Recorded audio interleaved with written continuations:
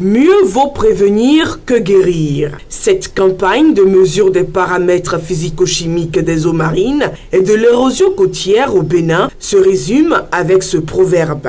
La phase de Grand Popo associe les techniciens de l'Institut de recherche halieutique et océanologique du Bénin et l'unité de police fluviale et a une particularité. C'est la première fois que les équipes vont vraiment en mer pour faire des mesures.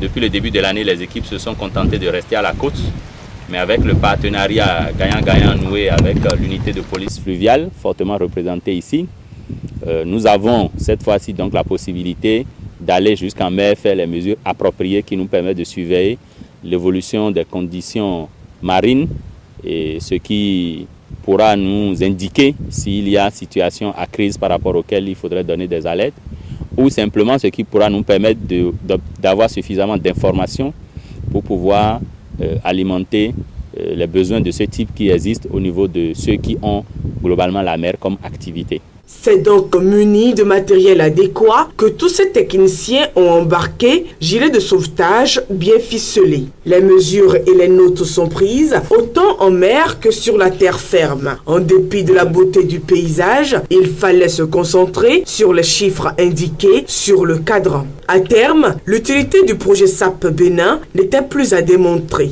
Le projet SAP est le bienvenu pour pouvoir coordonner toutes ces activités qui seront liées avec les activités météorologiques et hydrologiques afin de pouvoir faire une prévision en bonne et due forme.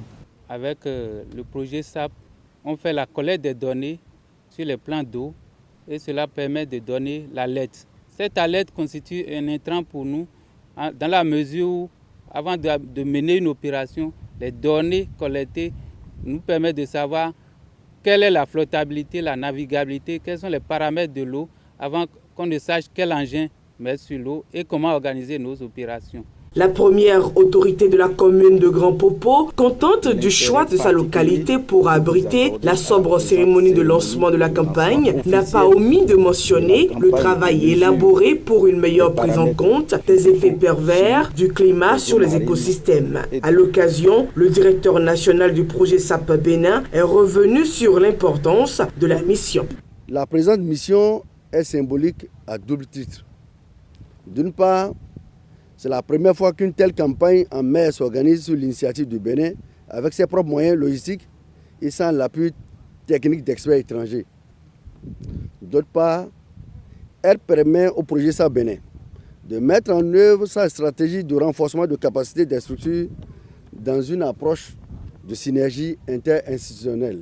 Il faut dire que la collecte de données a déjà été effectuée dans les communes de Sémékodji, Cotonou, Abomey-Calavi et Ouidah. L'opération de Grand Popo a duré 4 jours.